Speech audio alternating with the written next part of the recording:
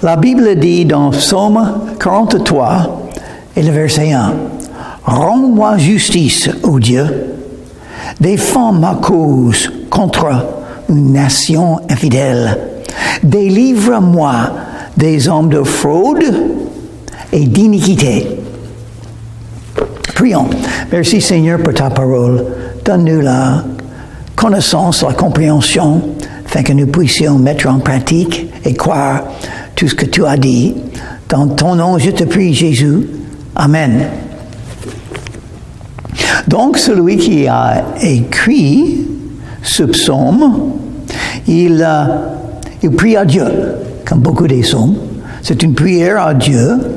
Il a besoin de l'aide, d'être secouru, et il sait où aller, à Dieu. Il n'est pas allé à un autre être humain, pas un prêtre ou un pasteur. Il est allé à Dieu dans la prière. Et il a besoin de quoi? D'être défendu. Parce que souvent, la vie chrétienne, c'est une guerre. On aura des ennemis. Les ennemis ne sont pas des gens, quand même. Ça symbolise la vie chrétienne. Les ennemis sont les forces des ténèbres spirituelles qui vont nous attaquer. Mais nous ne sommes pas assez puissants pour les vaincre. Mais Dieu il est tout puissant. Jésus a dit, tout pouvoir m'a été donné. Donc, nous pouvons nous confier en lui et trouver l'aide, trouver le secours. Et il a dit trois choses. Une nation infidèle, pas de foi, c'est-à-dire. Il y a beaucoup de gens qui n'ont pas de foi. Ça, c'est le problème. Parce qu'ils n'ont pas foi en Jésus, l'amour de Dieu n'est pas dans leur cœur. Le désir de servir Dieu n'est pas en eux. Ils sont en rébellion dans un sens contre la vérité, contre Jésus, contre Dieu.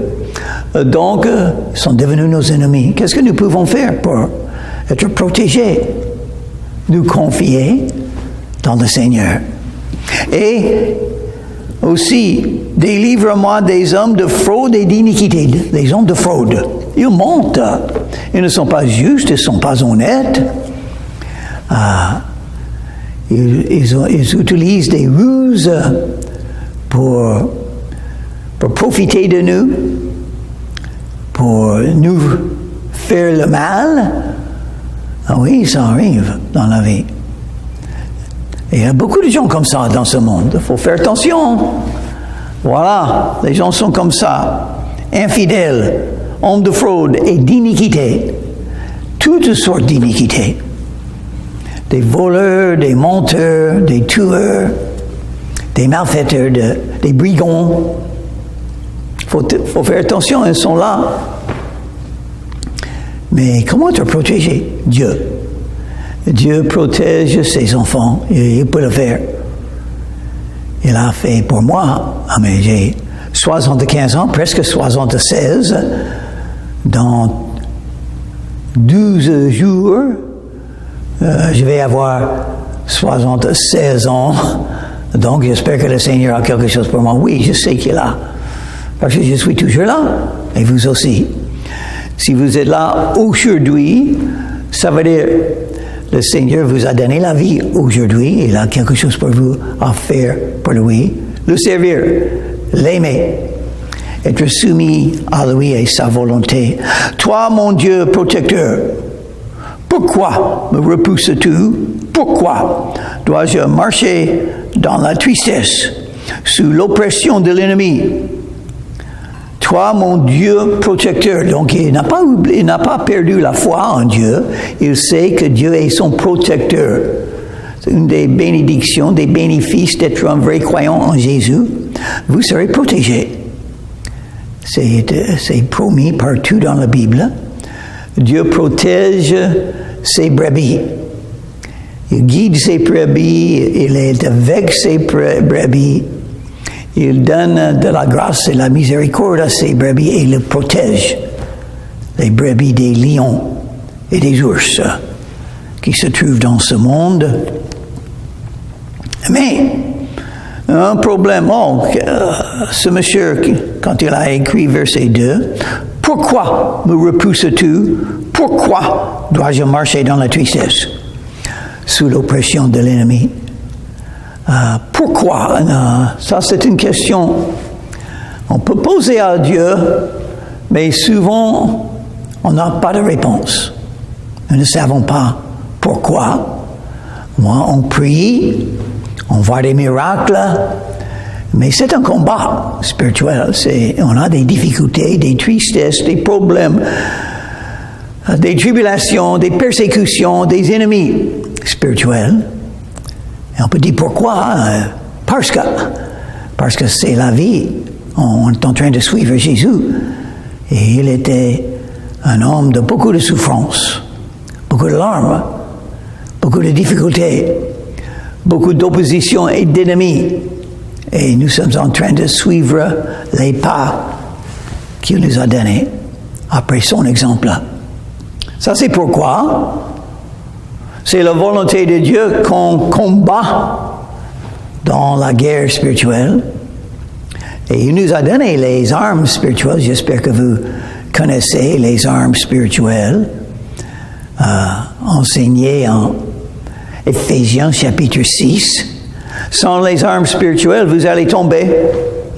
Mais si vous avez toutes les armes spirituelles, vous allez pouvoir rester debout malgré toutes les attaques contre vous. Vous serez ferme. Vous serez un vainqueur. Vous allez gagner la victoire sur le diable. Le diable ne peut pas vous vaincre si vous avez les armes spirituelles, croyons. Mais si vous manquez un seul, vous allez tomber. Parce que le diable a ses ruses, il est intelligent, il veut que vous tombiez, il veut que vous perdiez le combat spirituel dans la vie présente. Il ne peut pas détruire votre âme si vous êtes sauvé par foi en Jésus. Vous avez déjà une maison, une place réservée dans le royaume des cieux. Vous serez là un jour, peut-être aujourd'hui. La dernière journée que vous êtes sur la terre, vous allez vous trouver dans le paradis grâce à Jésus. Mais ce combat que vous avez, que moi aussi j'ai dans la vie présente, on peut perdre les couronnes, on peut perdre les récompenses quand on entre dans le royaume des cieux. Il ne faut pas les perdre. Il faut gagner la victoire. Mais il faut dire, il y a des moments de difficulté. Mais si on se confie dans le Seigneur, on va vaincre. La cuirasse, le bouclier de la foi. Éphésiens chapitre 6 parle du bouclier de la foi. Vous serez protégés si vous vous confiez en Dieu. Vous serez protégés des attaques des ténèbres spirituelles. Et même à la fin, vous allez gagner. Même de la part des attaques des forces spirituelles, vous allez gagner. Comme Jésus, il était attaqué, il était livré, il était tourmenté, il était tué, mais il a accompli la victoire sur le diable, sur la mort, sur la loi de Moïse, sur le péché. Et quelle victoire Jésus a accompli pour nous sur la croix de Calvaire, parce qu'il a souffert. Si je dois souffrir, je souffrirai pour Jésus, parce qu'il a souffert pour moi. Et je vais faire ce que ce monsieur a fait, même pendant les moments difficiles, je vais me confier en Dieu. Je suis résolu. J'ai déjà fait la décision. J'ai l'exemple ici. Et donc, je vais dire ce qu'il dit, verset. J'irai vers l'autel de Dieu. De Dieu, ma joie et mon allégresse. Et je te célébrerai sur la harpe, ô Dieu, mon Dieu. Les louanges à Jésus.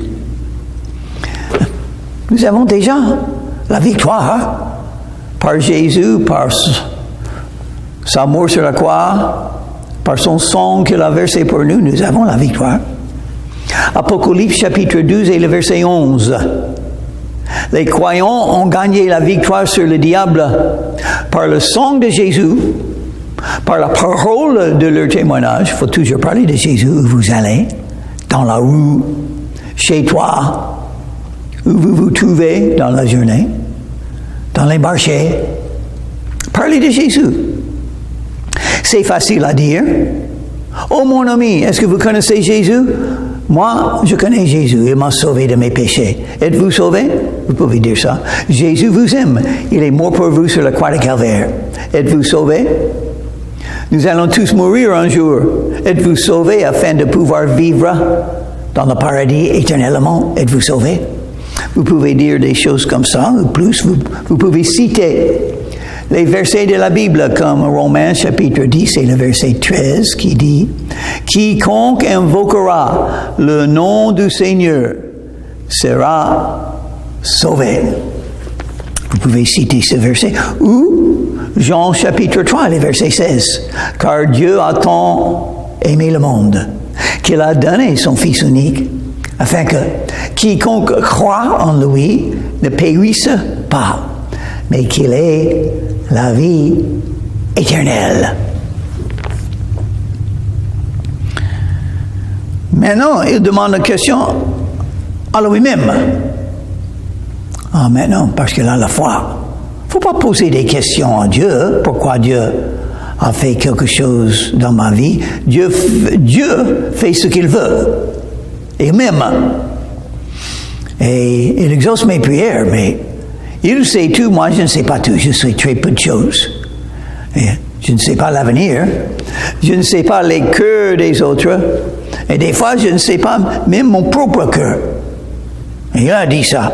Pourquoi t'as battu mon âme et j'ai mis tout au-dedans de moi? n'a pas de raison pour être opprimé, déprimé, triste. Aucune raison pour un croyant. Dieu est tout puissant et même. Et ce qu'il fait, il a ses raisons, des bonnes raisons, parce qu'il est bon. Et il fera toujours la bonté pour moi. Il veut me donner la victoire. Il veut que je puisse voir un jour les miracles. Donc j'attends. Je me confie en lui. Il a dit, espère en Dieu. Toujours. Espère en Dieu. Espérez en Dieu. Car je le louerai encore. Il est mon salut et mon Dieu. Il ne faut pas oublier ce que Dieu est. Il est mon salut. Il est mon Dieu et je suis un de ses enfants. Dieu aime tous ses enfants. Il protège ses enfants. Il a un dessein pour la vie de chacun de ses enfants et je suis un de ses enfants. Heureusement, il est miséricordieux. Je me confie en ce fait. Et heureusement, il m'aime avec un amour éternel. Et je peux avoir confiance en lui et je vais le faire. C'est une décision. Un croyant peut faire. Je vais toujours me confier en Dieu, malgré ce qui m'arrive. Je vais invoquer son nom. Je vais m'appuyer sur le chemin qu'il me donne. Et je vais suivre le chemin qu'il me donne. Je vais continuer à faire le tour de la ville. Parce que c'est la volonté de Dieu. C'était la volonté de Dieu pour Josué. Et c'est la volonté de Dieu pour moi. Continuez. Continuez. Et on peut faire cette décision. Je vais continuer à suivre Jésus et me confier en lui jusqu'à la fin de ma vie. Une décision. Croire veut dire se confier. Et aussi croire, c'est une décision qu'on fait dans son cœur. Et vous pouvez le faire. Il est mon salut et mon Dieu. Je suis sauvé. J'ai la casque de salut. Je sais ce que la Bible dit de comment être sauvé, c'est par la foi en Jésus.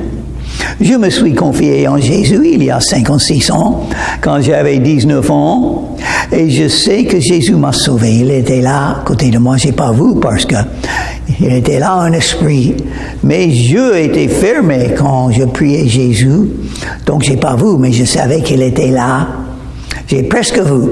C'était le même que le voir, de connaître dans votre esprit qu'il est là. C'est la nouvelle naissance. Quand vous rencontrez Jésus-Christ, vous pouvez le rencontrer, vous pouvez le connaître. Jésus est mort sur la croix, mais aussi il est ressuscité des morts 3 jours après mourir pour nous. Et ça veut dire Jésus est toujours vivant. Et ça veut dire on peut le rencontrer, on peut le connaître dans son cœur. Jésus a dit, Apocalypse chapitre 3, et le verset 20, « Voici, je me tiens à la porte et je frappe. Si quelqu'un entend ma voix et ouvre la porte, je souperai avec lui et lui avec moi. » Jésus veut vous sauver, mais il faut que vous ouvriez la porte de votre cœur. C'est à vous de faire un choix. Dieu nous a donné beaucoup de pouvoir sur notre propre cœur. On peut dire non à Jésus, on peut dire oui, merci Jésus. J'aimerais bien être sauvé et pardonné de tous mes péchés. Et on invoque le nom de Jésus et on est sauvé. Donc, si vous êtes sauvé comme ça, vous avez la vie éternelle. Le salut que Dieu seul peut donner, c'est un don de Dieu. Un don gratuit. Vous ne pouvez rien faire pour le mériter. C'est basé sur la grâce de Dieu. Qu'est-ce que c'est la grâce de Dieu? Ça veut dire Dieu donne ce qu'on ne mérite pas, mais il donne quand même. Oh, il est bon. Il aime donner Dieu, ce Dieu qui donne, et il aime donner le salut. Si vous avez le salut, ça veut dire que vous avez reçu de Jésus ce salut, ce don gratuit. Le salaire du péché, c'est la mort. Mais le don gratuit de Dieu, c'est la vie éternelle par Jésus-Christ, notre Seigneur. Donc voilà, chapitre 43. Ça commence avec quelqu'un qui est opprimé par les hommes d'iniquité autour de lui. Mais ça se termine avec beaucoup d'espérance et de joie, parce que ce monsieur se confie en Dieu. Ça commence avec des questions qui sont posées à Dieu. Pourquoi Dieu? Pourquoi? Mais ça se termine avec une question à soi-même. Pourquoi je suis opprimé? Je peux me confier en Dieu, je peux être heureux, je peux avoir la foi, la confiance que Dieu est là, il va me protéger, il va m'aider. Le choix, c'est à vous. Chapitre 44. Au chef des chantres, des fils de Corée, cantique. Ô Dieu, nous avons entendu de nos oreilles, nos pères nous ont raconté les œuvres que tu as accomplies de leur temps, au jour d'autrefois. De la main, tu as chassé des nations pour les établir. Tu as frappé des peuples pour les étendre. Car ce n'est point par leur épée qu'ils se sont emparés du pays. Ce n'est point leur bras qui les a sauvés, mais c'est ta droite, c'est ton bras, c'est la lumière de ta face, parce que tu les aimais. Intéressant. C'est une des valeurs, des bénéfices de la Bible. On lit dans l'Ancien Testament et dans le Nouveau Testament tout ce que Dieu a fait dans la vie des croyants, et Dieu ne change pas. Il a fait des miracles, il a fait des prodiges, il a fait des grandes choses pour guider et pour aider les croyants. Dieu a appelé les croyants à le suivre et à croire en lui, et puis Dieu les a bénis. Ils avaient des problèmes, ils avaient des troubles, ils avaient des difficultés, des guerres, mais Dieu a béni, Dieu a protégé, Dieu a délivré. Pourquoi? Verset 4. Parce que tu les aimais, et il fera la même chose pour nous, parce que Dieu ne change pas. Il ne faut pas dire, oh, ça ne peut pas arriver maintenant. Si, ça peut arriver parce que Dieu est toujours vivant, il est toujours là. Et il ne change pas. Il cherche simplement quelqu'un qui se confie en lui, qui attend son retour, qui persévère en suivant Jésus, qui fait la décision, je vais continuer à suivre Jésus et me confier en Dieu malgré tout ce qui m'arrive. Et vous pouvez avoir les fruits du Saint-Esprit. Vous avez déjà les dons du Saint-Esprit qu'il vous a donnés, les dons particuliers qu'il vous a donnés. Et vous pouvez profiter de ça, mettre en pratique. Ne pas cacher ce que Dieu vous a révélé, faire l'œuvre de Dieu, parce que Dieu a une œuvre, il a cette assemblée pour vous, pour vos prières, vos désirs, vos objectifs, de faire l'œuvre de Dieu qu'il vous a donné dans cette assemblée. Vous êtes une personne importante. Vos prières, votre présence, votre communion fraternelle avec les frères et les sœurs, très importante. Sans vous, cette assemblée sera moins. Avec vous, ça sera plus fort. Parce que on ne peut pas parler assez de la valeur et de l'importance de la communion fraternelle. Vous avez les dons spirituels pour aider les frères et les sœurs en Christ. Donc, il faut croître dans la foi pour être plus près de Jésus.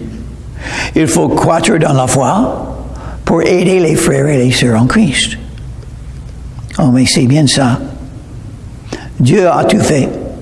Quand vous avez la victoire, ce n'était point par leur épée qu'ils se sont emparés du pays. C'est ton bras. C'est la lumière de ta face. Intéressant.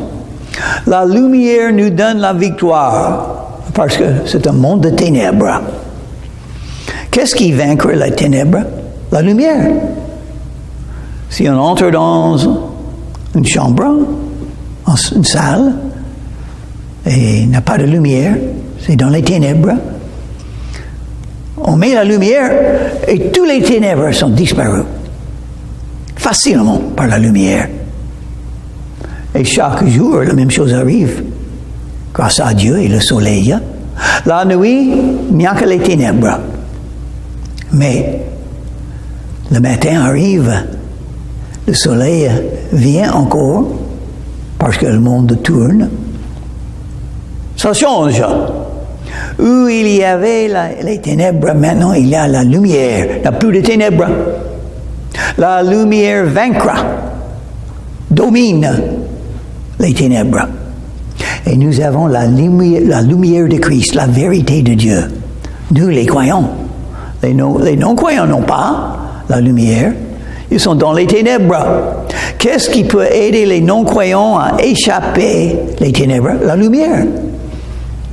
Et la lumière, ils vont échapper. Et ils seront sauvés aussi. Jésus nous a dit, vous êtes la lumière du monde, les lumières du monde. Parce que nous avons Jésus en nous. Jésus est la lumière, bien entendu. Mais la lumière de Jésus en nous par le Saint-Esprit. Et ça brille. Ça aide. Ça annonce. Ça cherche. Ça détruit les ténèbres. Mais Dieu l'a fait. La lumière vient de lui. Il est la lumière. Jésus a dit, je suis la lumière du monde. Et c'est ce que le monde a. On a besoin d'être sauvé. C'est triste. Ils sont des esclaves du péché. Dans un sens, des esclaves du diable. Il a menti, le grand menteur, le diable. C'est pas vrai, Dieu existe. Dieu existe. Jésus est le Fils de Dieu. Jésus est mort pour nos péchés et il pardonne les péchés. Venez à Jésus et vous pouvez être sauvés. Venez. Aujourd'hui, vous avez l'occasion, la possibilité de venir à Jésus. Demain, peut-être pas.